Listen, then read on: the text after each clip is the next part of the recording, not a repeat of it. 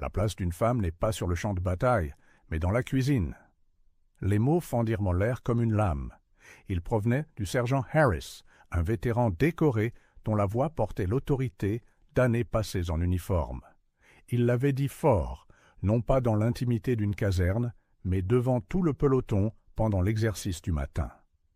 Les soldats ricanèrent avec gêne, certains osant un sourire en coin, tandis que d'autres baissaient les yeux, craignant de montrer leur opinion.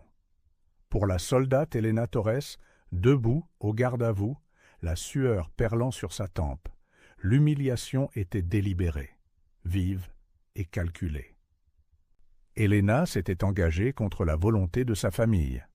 Sa mère voulait qu'elle devienne infirmière. Son père l'avait prévenu que l'armée ne la traiterait jamais comme une égale. Mais Helena avait grandi en poursuivant son frère aîné à travers les champs, en escaladant des clôtures et en soulevant des poids dans le garage, jusqu'à ce que ses bras lui fassent mal. La force, la discipline et la ténacité étaient tout cousues dans sa nature même. Elle ne s'était pas engagée pour la reconnaissance. Elle s'était engagée parce qu'elle croyait pouvoir servir, parce qu'elle croyait que son courage valait quelque chose. Pourtant, la voilà, des mois après le début de son service, réduite à une simple blague par un homme qui était censé être son chef. La piqûre des mots de Harris ne résidait pas seulement dans l'insulte. C'était sa nature publique. Elle pouvait sentir 30 paires d'yeux la transpercer, mesurant sa valeur à l'aune de son mépris. Sa poitrine brûlait d'un cocktail de honte et de fureur. Elle voulait crier, se défendre, mais la discipline enchaînait sa langue. On apprenait aux soldats à endurer, à garder leurs émotions enfouies sous des couches d'obéissance. Pourtant, à l'intérieur de son esprit, une tempête faisait rage. Après la formation, alors que les autres rejoignaient leur poste, Helena resta en arrière pour se ressaisir. Elle rejoua la scène, chaque rire résonnant dans son crâne comme un marteau frappant l'acier. Ses mains se serrèrent jusqu'à ce que ses jointures blanchissent. Ce n'était pas la première fois que Harris la prenait pour cible. Depuis qu'elle avait réussi le test d'endurance au combat avec de meilleurs résultats que la moitié des hommes, il semblait déterminé à lui rappeler que dans son monde, les femmes seraient toujours inférieures. Elle murmura pour elle-même. « On verra bien. » Les semaines qui suivirent furent épuisantes. L'entraînement s'intensifia. De longues marches sous le soleil du désert, des exercices d'armement jusqu'à ce que les épaules soient endolories, d'interminables simulations tactiques. Harris poussait plus fort chaque fois qu'Helena était dans le groupe, aboyant des ordres plus forts, lui assignant le sac le plus lourd, la forçant à ramper plus longtemps dans la boue. Certains hommes commencèrent à la plaindre, d'autres lui en voulurent d'être la cause de cet effort supplémentaire. Mais Helena ne faiblit jamais. Elle porta le poids, elle serra les dents, elle termina chaque exercice. Et bien que son corps fût meurtri, son esprit s'aiguisait comme de l'acier contre la pierre. Puis vint le jour où tout changea. Un exercice en conditions réelles, une simulation de guerre urbaine organisée dans une ville factice en ruine à la lisière de la base. Des grenades fumigènes emplissaient l'air, le crépitement des tirs simulés résonnait, et les escouades reçurent l'ordre de naviguer à travers le chaos. Harris commandait depuis le front, aboyant dans sa radio, divisant ses hommes en unités. Helena fut placée dans l'équipe arrière, une manœuvre délibérée pour la garder hors de vue, loin de tout mérite. Mais la guerre, même simulée, a une façon d'arracher les masques. L'escouade avançait dans une ruelle étroite quand soudain une simulation d'embuscade se déclencha. Des adversaires, hostiles en tenue noire, déferlèrent des toits et des portes latérales, tirant à blanc, en succession rapide. Le peloton se figea, dispersé dans la panique. Harris cria des ordres, mais sa voix se brisa, noyée par le chaos. En 30 secondes, la formation de l'unité s'effondra. Des hommes trébuchèrent sur des débris. Certains se baissèrent, d'autres se figèrent. La peur pulsait dans l'air. Et c'est à ce moment-là qu'Helena bougea. Sans hésitation, elle sprinta vers l'avant. Traînant un camarade abasourdi hors de la ligne de tir, Elle plongea à couvert, son fusil levé, les yeux balayant la zone. Son entraînement prit le dessus. Précis, décisif, sans peur. Elle aboya des ordres, sa voix ferme là où celle de Harris avait vacillé. « Couvrez à gauche, avancez par deux. » Les hommes obéirent, presque instinctivement, comme si l'autorité dans son ton commandait un respect qu'il ne lui avait jamais accordé auparavant. En quelques instants, le peloton dispersé se reforma, repoussant les attaquants. Harris, le visage rouge et criant, tenta de reprendre le contrôle, mais il était trop tard. Tout le monde avait vu qui tenait vraiment la ligne. Quand l'exercice se termina, un lourd silence s'installa. Les soldats trempés de sueur regardèrent Helena avec quelque chose de nouveau. Pas de la pitié, pas du scepticisme, mais de l'admiration. Harris fronça les sourcils, les lèvres pincées en une fine ligne, mais il ne dit rien. La poitrine d'Helena se soulevait et s'abaissait alors qu'elle croisait le regard de ses camarades. Pour la première fois, il ne regardait pas à travers elle. Il la regardait, elle, et au fond d'elle, un feu s'alluma. Ce soir-là, les casernes bourdonnaient d'une tension silencieuse. Les conversations étaient feutrées, les regards plus vifs que d'habitude. Les nouvelles se répandaient vite dans l'armée, plus vite que les ordres, plus vite que les rumeurs de promotion. Tout le monde avait vu Helena prendre le contrôle quand le chaos avait englouti le peloton. Il l'avait vue aboyer des ordres, vu ses mains fermes, la façon dont les hommes avaient instinctivement suivi sa voix. Ce n'était pas censé arriver. Pas selon Harris. Pas selon les règles tacites, selon lesquelles les femmes étaient tolérées, mais pas dignes de confiance. Helena s'assit sur sa couchette, défaisant lentement ses bottes, délibérément, comme pour s'ancrer dans chaque mouvement. Ses muscles palpitaient d'épuisement, son uniforme collait à sa peau de sueur et de poussière, mais son esprit brûlait plus fort que son corps. Elle pouvait encore entendre le silence de Harris à la fin de la simulation, la façon dont il avait évité son regard. Ce silence, elle le savait, n'était pas une reddition, c'était une tempête qui se préparait. Effectivement, le lendemain matin, Harris contre-attaqua. Pendant l'inspection des armes, il la prit de nouveau pour cible. « Soldat Torres, aboya-t-il, votre fusil est une honte. Vous pensez être prête pour le combat?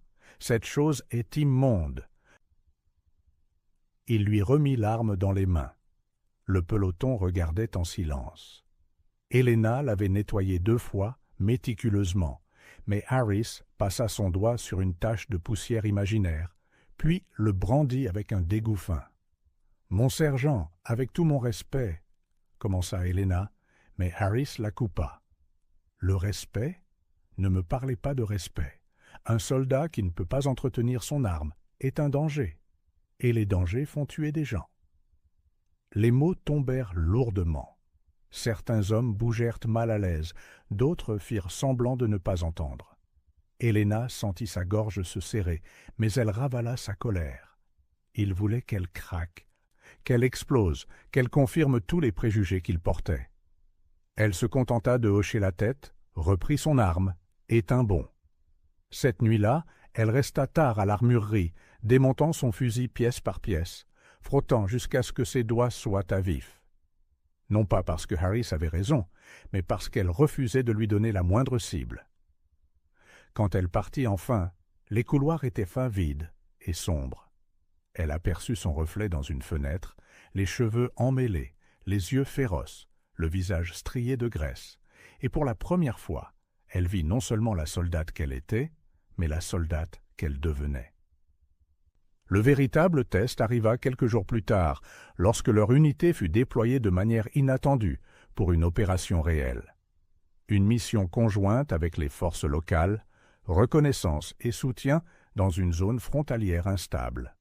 Harris paradait avec une autorité renouvelée, les briefant avec un sourire qui dissimulait à peine son mépris pour Helena. « Contentez-vous d'observer, » lui ordonna-t-il sèchement. « Ne vous mettez pas en travers du chemin. » Le convoi partit sous un soleil de plomb, les véhicules blindés soulevant des nuages de poussière. L'air était épais de l'odeur du carburant et de la tension. Helena était assise à l'arrière, son casque bien en place, ses doigts traçant les rainures de son fusil. Son esprit s'emballait, non pas de peur, mais de concentration. Elle s'était entraînée pour cela. Sa place était ici, quoi que dise Harris. Quelques heures après le début de la mission, l'unité s'installa sur une crête, surplombant un petit village. Au début, c'était calme, presque étrangement calme. Puis, un claquement déchira l'air, le son sans équivoque d'un coup de feu. Le village éclata dans le chaos. Des civils se dispersèrent, et des ombres jaillirent des tirs hostiles. Le peloton se mit à couvert derrière les rochers et les véhicules. Harris criait dans la radio, mais la confusion se propageait plus vite que les ordres. L'unité se fractura à nouveau, tout comme dans la simulation.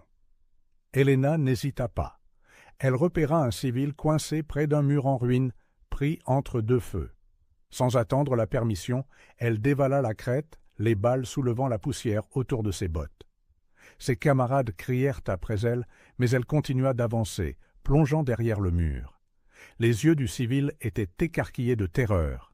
Helena attrapa son bras, le tira vers le bas et le guida vers la sécurité. Alors qu'elle émergeait, la voix furieuse de Harris retentit. « Torres, retournez en formation. Vous désobéissez à des ordres directs. » Mais alors, quelque chose se produisit qui le fit taire, même lui. Le tir ennemi se déplaça, clouant la position de Harris. Son escouade était à découvert, cherchant désespérément un abri. Sans réfléchir, Helena leva son fusil et déclencha des rafales précises et contrôlées, forçant les attaquants à reculer juste assez longtemps pour que l'escouade puisse se regrouper. Son tir de couverture renversa la situation, et dans ces secondes critiques, le peloton reprit pied. Quand l'escarmouche prit fin, la poussière et le silence s'installèrent d'un sur la crête. Harris se tenait debout, le visage pâle, la voix coincée dans la gorge. Les hommes jetèrent un coup d'œil à Helena, leurs expressions partagées. Soulagement, gratitude et autre chose. Le respect. Pour Helena, il n'y avait pas de triomphe, seulement une résolution tranquille. Elle avait fait ce qui devait être fait. Elle avait agi là où l'hésitation aurait tué. Elle n'avait pas attendu la permission, car la survie n'attend pas la permission. Et bien que Harris la fusillât du regard avec venin, elle savait que la vérité avait de nouveau été vue. Le champ de bataille n'avait aucune patience pour l'arrogance. Et lentement, pièce par pièce, le mur de doute qui l'entourait commença à se fissurer. Le lendemain, le rapport de mission était un champ de bataille de mots. Harris le livra les dents serrées, son ton sec, sa formulation méticuleuse. Il loua le sang-froid du peloton sous le feu, souligna l'effort d'équipe qui leur avait permis de résister à l'embuscade, mais parvint à effacer complètement Helena du récit. Pas une seule mention de sa course dans la zone de mort, pas une seule reconnaissance de son tir de couverture qui avait sauvé la moitié de l'escouade. C'était comme si elle avait été invisible. Helena était assise au fond de la salle de briefing, les poings sur les genoux, la mâchoire serrée. Elle n'était pas naïve. Elle savait que Harris ne lui accorderait jamais volontairement de crédit. Mais ce qui la rongeait, ce n'était pas l'omission. C'était la déformation délibérée de la réalité. Elle avait risqué sa vie, et pourtant, dans le compte-rendu officiel, elle était au mieux réduite à une note de bas de page, au pire à une ombre. Après le briefing, le sergent Miller, un vétéran grisonnant avec une cicatrice lui traversant la joue, s'approcha d'elle, discrètement. « Torres » murmura-t-il, jetant un coup d'œil par-dessus son épaule pour s'assurer que Harris était hors de portée de voix. « J'ai vu ce que vous avez fait. Ne croyez pas que tout le monde est aveugle. » Ces mots furent de brefs, mais ils s'ancrèrent profondément en elle. La reconnaissance, aussi minime soit-elle, était de l'oxygène pour une flamme qui s'étouffait. Mais Harris n'en avait pas fini. Au cours de la semaine d'entraînement suivante, il conçut des exercices destinés à l'humilier. Il la mit en binôme avec les recrues les plus faibles, lui assignant des tâches impossibles. Il chargea son sac plus lourd que le poids réglementaire, la força à courir des tours supplémentaires et la réprimanda devant le peloton. Sa voix était un ricanement constant. « Trop lente, Torres, trop faible. Vous n'arrivez pas à suivre, Torres ?» Helena endura tout, son corps endolori, sa fierté meurtrie, mais sa volonté intacte. La nuit, elle rejouait chaque insulte, chaque ricanement, et les transformait en carburant. Elle s'entraînait plus dur à la salle de sport, restait plus longtemps au stand de tir, étudiait les manuels de terrain jusqu'à ce que sa vision se brouille. Si l'intention de Harris était de la briser, il ne réussit qu'à renforcer sa détermination. Pourtant, le point de rupture ne vint pas des mots de Harris, mais de ses actions.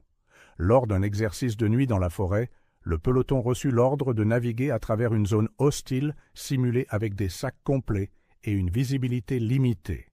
Harris envoya délibérément l'équipe de feu d'Helena dans le terrain le plus dense et le plus dangereux, tout en se gardant, lui et ses hommes favoris, sur un terrain dégagé. Alors que son équipe trébuchait à travers les sous-bois et la boue, les appels radio crépitèrent, rapports de contact, confusion, le genre de chaos qui rend les erreurs mortelles. Puis, l'impensable se produisit. L'équipe d'Helena fut laissée sans renfort. Harris avait redirigé le soutien ailleurs, les laissant isolés dans le noir. Des ennemis simulés déferlèrent, des lasers marquant des points morts, et en quelques minutes, son équipe de feu fut anéantie. L'exercice se termina par une réprimande de Harris devant tout le monde. « Performance pathétique, Torres. Vous avez mis en danger toute votre unité. » Helena savait que ce n'était pas de l'incompétence. C'était du sabotage. Harris avait tout arrangé pour la faire échouer, puis l'avait blâmée pour la défaite. L'injustice était suffocante. Certains soldats échangèrent des regards mal à l'aise, mais personne ne prit la parole. L'autorité de Harris était de fer, et le défier, c'était risquer sa carrière et sa camaraderie. Cette nuit-là, Helena s'assit à l'extérieur des casernes sous la lueur froide de la lune. La colère bouillait dans sa poitrine, mais en dessous, le doute s'insinuait. Harris avait-il raison? Menait-elle une guerre qu'elle ne pourrait jamais gagner, non pas contre des ennemis sur le terrain, mais contre des préjugés gravés dans la structure même de l'institution? Ses pensées furent interrompues par des bruits de pas. C'était le soldat O'Donnell, l'une des jeunes recrues, qui avait fait partie de son équipe de feu. Il avait l'air gauche, se grattant la nuque. « Madame, dit-il, un lapsus n'est plus du respect que du protocole. Je voulais juste dire que rien de tout ça n'était de votre faute. On a tous vu ce que Harris a fait. » Il hésita, puis ajouta « Quand vous donniez des ordres là-bas, j'avais plus confiance en vous qu'en lui. » Helena sentit une boule se former dans sa gorge. Ce n'était pas la validation des gradés, mais c'était quelque chose de réel, de brut, venant des gens qui étaient dans la boue avec elle. Elle hocha la tête, murmurant « Merci ». La graine de quelque chose de plus grand commença à germer. Elle réalisa que le pouvoir de Harris était enraciné dans la peur de le défier, la peur de rompre les rangs. Mais le respect était différent. Le respect se gagnait, silencieusement, dans les tranchées, dans le feu de l'action, dans les moments où la survie comptait plus que la hiérarchie. Et pièce par pièce, elle était en train de le gagner. Pourtant, Harris devenait plus audacieux. Son dédain se fit plus vif, ses pièges plus dangereux. Ce n'était qu'une question de temps avant que son arrogance ne pousse toute l'unité au bord du gouffre. Et quand ce moment viendrait, Helena serait prête, non pas pour la vengeance, mais pour la justice. La mission arriva sans prévenir. À l'aube, les alarmes déchirèrent la base, et en quelques minutes, le peloton fut rassemblé. Les ordres étaient laconiques. Une patrouille de reconnaissance avait disparu près d'un village frontalier hostile, et l'unité de Harris était chargée de la localiser. L'air était chargé d'une urgence qui s'enroulait autour des poumons et les serrait. Harris se pavana à l'avant de la formation, sa confiance presque théâtrale. « Écoutez-moi bien, aboya-t-il. C'est notre chance de prouver que la discipline l'emporte sur la panique. Suivez mes ordres et tout ira bien. » Son regard se posa sur Helena avec un mépris délibéré, comme pour la défier. Elle resta silencieuse, son expression illisible, mais intérieurement, elle était sur ses gardes. Elle connaissait trop bien Harris. L'arrogance et le commandement n'étaient pas la même chose, et son arrogance leur avait déjà coûté cher. Le convoi partit sous un ciel rouge sang, les véhicules blindés broyant les chemins de terre. Helena était assise à l'arrière, son équipement bien serré, scrutant l'horizon. Ses instincts la picotaient. Quelque chose dans ce briefing précipité, dans ces renseignements vagues, la rongeait. À la mi-journée, ils atteignirent les abords du village. Ils semblaient abandonnés, les volets fermés, les portes entr'ouvertes. Le silence était contre nature, le genre de silence qui parle plus fort que le chaos. Harris ordonna aux hommes d'avancer, sans hésitation. « Balayez le périmètre, vite et bien. » Helena sentit son pouls s'accélérer. Elle étudia les toits, les ruelles, la place du marché vide. Trop vide. Elle ouvrit la bouche pour parler, pour avertir, mais Harris lui lança un regard assez vif pour trancher l'acier. « Restez en formation, Torres. Ne réfléchissez pas. Suivez. » Puis le piège se referma. Des tirs éclatèrent de toutes les directions. Des éclairs de bouche jaillirent des toits, des grenades explosèrent dans la poussière, et le convoi fut cloué sur place avant d'avoir eu la chance de réagir. Les soldats plongèrent à couvert, les communications radio explosèrent de panique. Harris criait des ordres contradictoires, sa voix se brisant de peur. « Repliez-vous! Non, avancez! Tenez la ligne !» Le peloton se fractura sous le chaos, chaque homme luttant pour sa survie. L'entraînement d'Helena déferla dans ses veines, comme de l'électricité. Elle repéra 2 hommes coincés près d'un véhicule en feu, une autre escouade coupée du reste, sur la place du marché. Harris était paralysé. Aboyant dans une radio qui n'apportait aucun renfort, le temps ralentit. Des vies dépendaient de décisions, et Harris était incapable d'en prendre. « Couvrez le flanc gauche !» La voix d'Helena retentit, plus nette, plus ferme que celle de Harris. Elle sprinta à découvert, glissant en position à côté d'O'Donnell et de Miller. Tir de suppression, 3 rafales, puis décalé à droite. Les hommes obéirent, sans hésitation. Les balles déchiraient l'air, et dans le rythme de leur réponse, un ordre fragile commença à se reformer. Elle guida les escouades avec précision, les déplaçant d'abri en abri, fendant la confusion avec des ordres clairs. Chaque ordre qu'elle donnait était mesuré, fondé non pas sur l'autorité, mais sur la clarté. Et le peloton répondit, non pas parce qu'elle était plus gradée que Harris, mais parce que son commandement les maintenait en vie. Pendant ce temps, Harris était accroupi derrière un mur, le visage pâle, criant dans sa radio inutile. Quand un soldat courut vers lui pour obtenir des directives, Harris lança « Demandez à Torres, elle semble croire que c'est elle qui commande. » Les mots dégoulinaient de sarcasme, mais ils se retournèrent contre lui. Le soldat fit exactement cela. Il suivit Helena. Dans les 30 minutes qui suivirent, Helena orchestra une retraite qui tenait du miracle. Elle sécurisa les hommes coincés, redirigea le tir de suppression et coordonna un repli vers un terrain plus élevé. Au moment où les renforts arrivèrent, le peloton, meurtri mais vivant, avait survécu à ce qui aurait dû être un massacre. Quand la poussière retomba, le silence fut assourdissant. Les soldats regardèrent Harris, puis Helena. La vérité était indéniable. Il avait échoué, et elle les avait portés. Mais Harris, humilié et furieux, n'avait pas terminé. Il marcha vers elle, les yeux flamboyants, et cracha « Vous croyez que ça prouve quelque chose? Vous croyez qu'il vous respecte? Vous nous avez tout mis en danger avec vos cascades imprudentes. » Avant qu'Helena ne puisse répondre, Miller s'avança. Sa voix était basse, rocailleuse, mais elle portait plus de poids que les cris de Harris. « Elle nous a sauvés, jusqu'au dernier. Sans elle, nous serions dans des sacs mortuaires en ce moment. D'autres hochèrent la tête. Certains murmurèrent leur accord, et pour la première fois, Harris se retrouva isolé. Son autorité, autrefois incontestée, se brisa comme du verre sous la pression. Helena soutint son regard sans ciller. Elle n'avait pas besoin d'argumenter, pas besoin de se défendre. Le champ de bataille avait parlé plus fort que n'importe quel mot. Mais au fond d'elle, elle savait que ce n'était pas fini. La fierté de Harris était une blessure qui s'infectait de venin, et les hommes comme lui ne battent pas en retraite. Ils contre-attaquent plus fort. La confrontation finale approchait.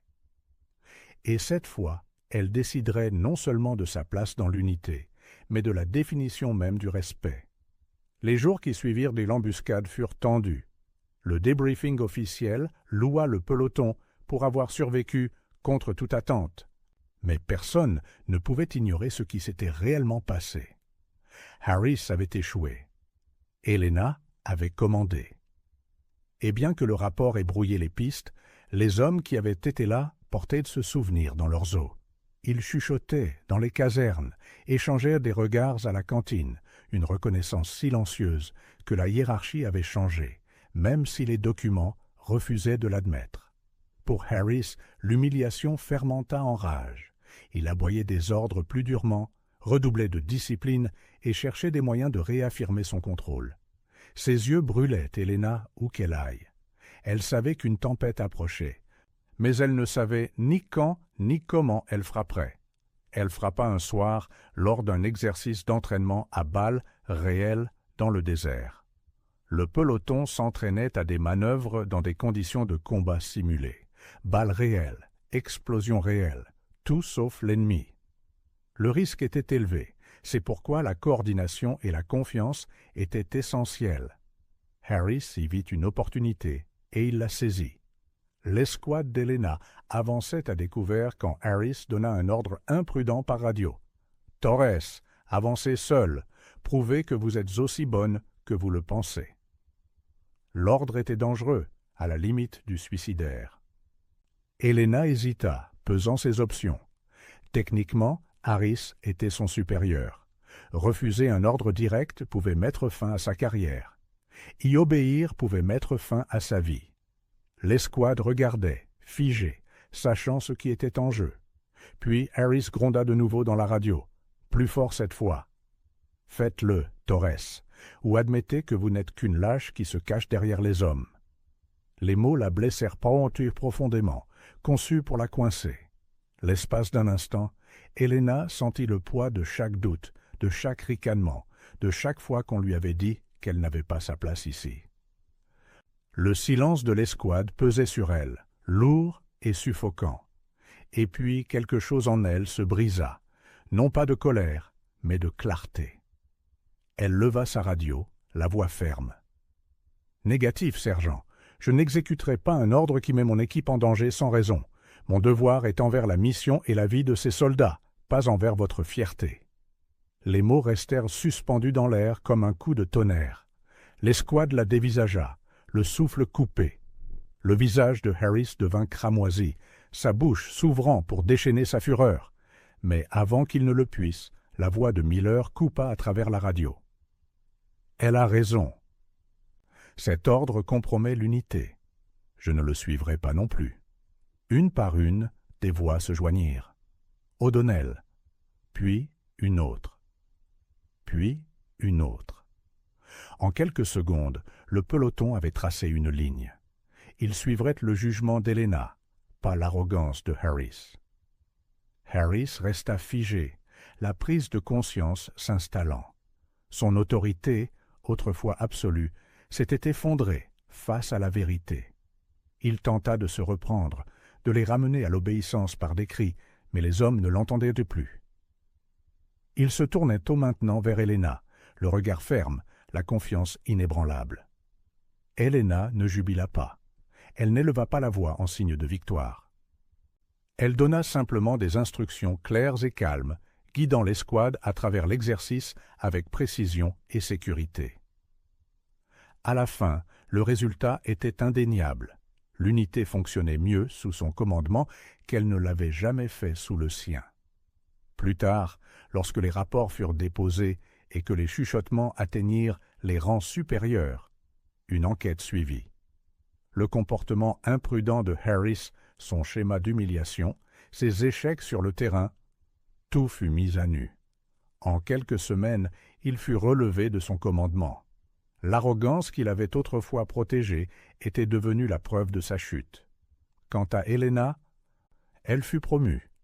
Non pas parce qu'elle cherchait le pouvoir, non pas parce qu'elle exigeait la reconnaissance, mais parce que la vérité ne pouvait plus être niée. Les hommes qu'elle dirigeait la soutenaient, leur voix portant plus de poids que n'importe quelle médaille ou citation. Le soir où la nouvelle devint officielle, le peloton se rassembla tranquillement autour du foyer, à l'extérieur des casernes. Pas de discours, pas de cérémonie, juste un cercle de soldats qui avaient traversé le feu ensemble. Miller leva sa gourde dans un simple toast. « À Torres, dit-il, celle qui a commandé quand ça comptait. » Helena sentit sa gorge se serrer. Elle regarda les visages autour d'elle, fatigués, marqués, endurcis, et vit le respect briller dans leurs yeux. Un vrai respect, gagné dans le sang, la peur et la confiance. Elle repensa aux mots de Harris ce premier matin. La place d'une femme n'est pas sur le champ de bataille. Maintenant, alors que les flammes vacillaient et que la nuit les enveloppait, elle connaissait la vérité. Elle n'avait pas seulement sa place, elle était devenue la voix de la raison, du courage et de la justice du champ de bataille. Et pour la première fois, elle s'autorisa à le croire. Elle n'était pas juste une soldate. Elle était leur chef. Merci d'avoir regardé. Si vous aimez cette vidéo, vous pouvez vous abonner pour voir d'autres histoires incroyables comme celle-ci.